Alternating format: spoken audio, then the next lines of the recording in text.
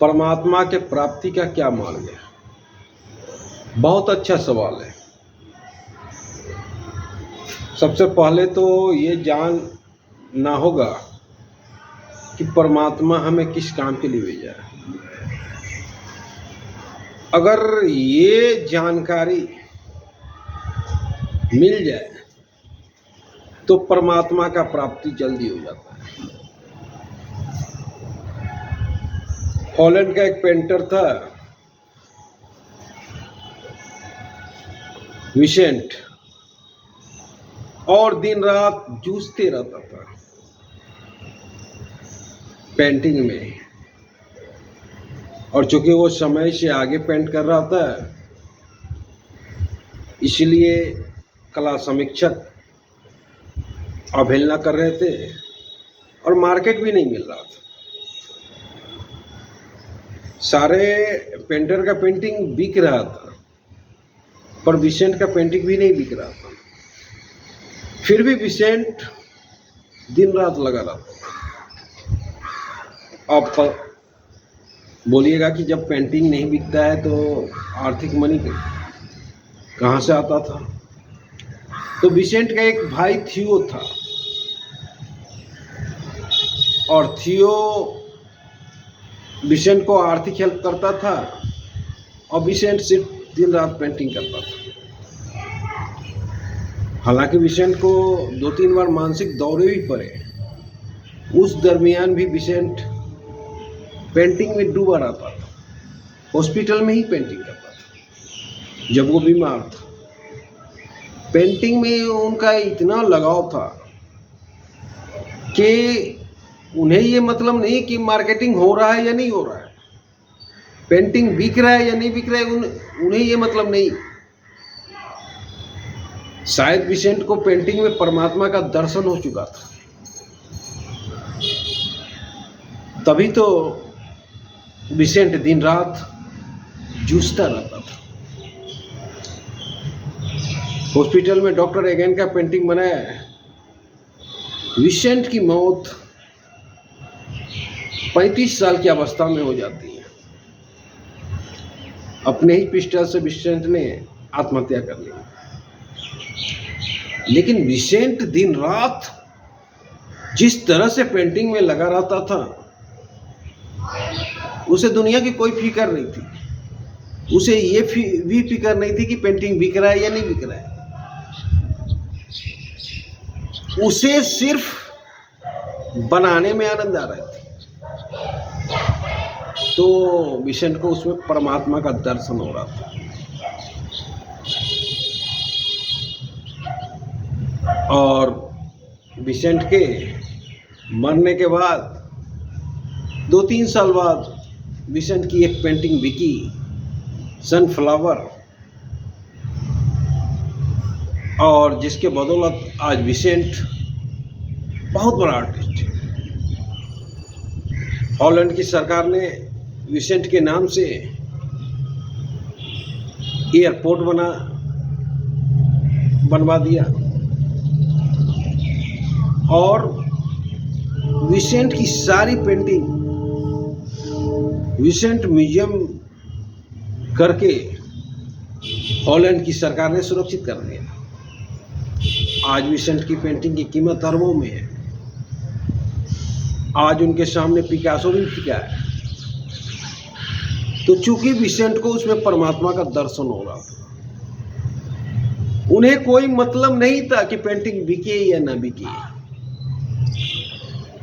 तो अगर आपको मालूम चल जाए कि परमात्मा ने किस कार्य के लिए बनाया है, तो जल्दी ही परमात्मा का दर्शन हो जाता है। कोई सन्यास में परमात्मा का दर्शन करता है, कोई क्रिकेट में परमात्मा का दर्शन करता है, कोई एक्टर बनकर परमात्मा का दर्शन करता है,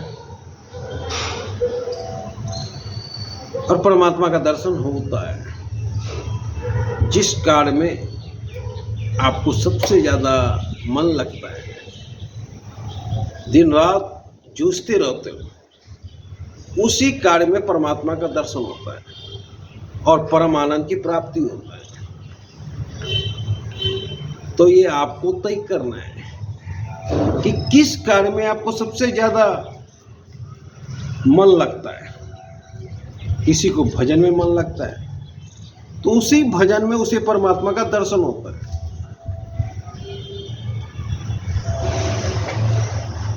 किसी को गाना गाने में मन लगता है तो उसी कार्य में उसे परमात्मा का दर्शन होता है।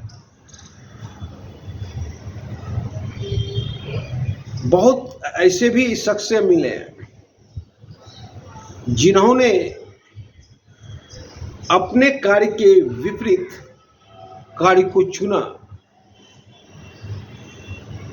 और वो उस कार्य में उसको मन नहीं लगता है, क्योंकि वो कार्य उसका है ही नहीं। ढेर ऐसे डॉक्टर से मिले, उन्हें उस पेशा में मन नहीं लगता है, क्योंकि वो पेशा उनका है ही नहीं। एक जम्मू कश्मीर का बिजनेसमैन एक कूलर का दुकान चलाते थे और उन्हें नहीं मन लगता था। फिर धीरे धीरे पेंटिंग स्टार्ट किए और वो आज एक अच्छे आर्टिस्ट हैं। गांधी जी उनका नाम है। आज आर्ट फील्ड में उनका नाम है। तो वो बिजनेसमैन नहीं थे, गॉड ने उन्हें पेंटर बनाया था, पर किन्हीं कारणवश वे अपने आप को पहचान नहीं सके। और जब आप अपने आप को नहीं पहचानिएगा तो वो कार्य करने में मन नहीं लगेगा, क्योंकि उस कार्य के लिए आप बने ही नहीं हो। और जिस कार्य में आपको मन लगता है उसी में परमात्मा का दर्शन होता है। मान लो सचिन तेंदुलकर पढ़कर आईएएस ऑफिसर बनता, क्या उस कार्य में उसे परमात्मा का दर्शन होता? क्या हो सकता था? या आमिर खान कोई बिजनेस करता तो क्या उस कार्य में उसे परमात्मा का दर्शन हो सकता था? तो सबसे पहले परमात्मा का दर्शन करने के लिए आपको ये जानना जरूरी है कि गॉड ने आपको किस कार्य के लिए बनाया। अगर ये जान लिए तो परमात्मा का दर्शन कर सकते हैं। और जब परमात्मा का दर्शन होगा, परम सुख की प्राप्ति होगी, तो उससे बढ़कर इस दुनिया में कुछ नहीं है। पर आज के आदमी को ये नहीं पता कि परमात्मा का दर्शन कैसे होता है। वो चले जाते हैं प्रवचन सुनने के लिए, वो चले जाते हैं सत्संग में।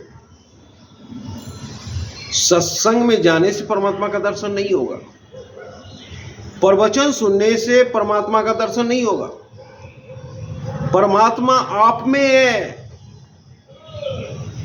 आप राम बन सकते हो, कृष्ण बन सकते हो, बुद्ध बन सकते हो, महावीर बन सकते हो, विवेकानंद बन सकते हो।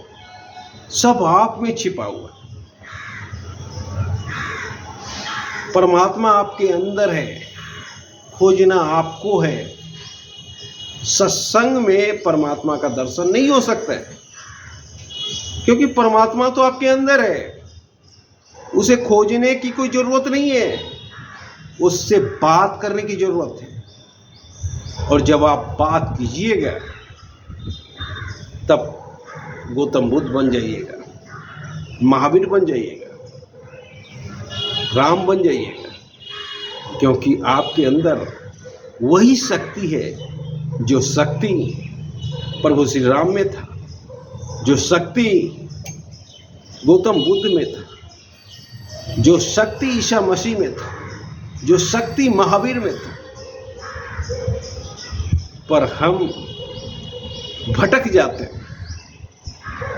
हम सोचते हैं कि भजन सुन लें, सत्संग में चले जाएं, वहां हमको परमात्मा का दर्शन हो जाएगा।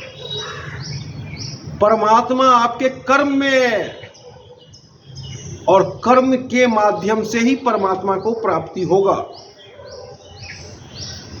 अगर आपको पता चल जाए कि आपको प्रभु ने किस कार्य के लिए बनाया है, तब परमात्मा की प्राप्ति जल्दी हो जाएगी। और ये पता करने के लिए भी बहुत जानने की जरूरी नहीं है। जिस कार्य में आपको सबसे ज्यादा मन लगता हो, वही कार्य आपका अपना कार्य, उसी कार्य के लिए प्रभु ने आपको बनाया है। बस वो काम स्टार्ट कीजिए और देखिएगा, दिन रात आप एक कर दीजिएगा, क्योंकि उस कार्य में आपको परमात्मा का दर्शन हो रहा है। तो परमात्मा का दर्शन करने का एक सीधा रास्ता कर्म है, और कर्म से बढ़ के कुछ नहीं है। कर्म के माध्यम से ही परमात्मा का दर्शन हो सकता है। जय हिंद।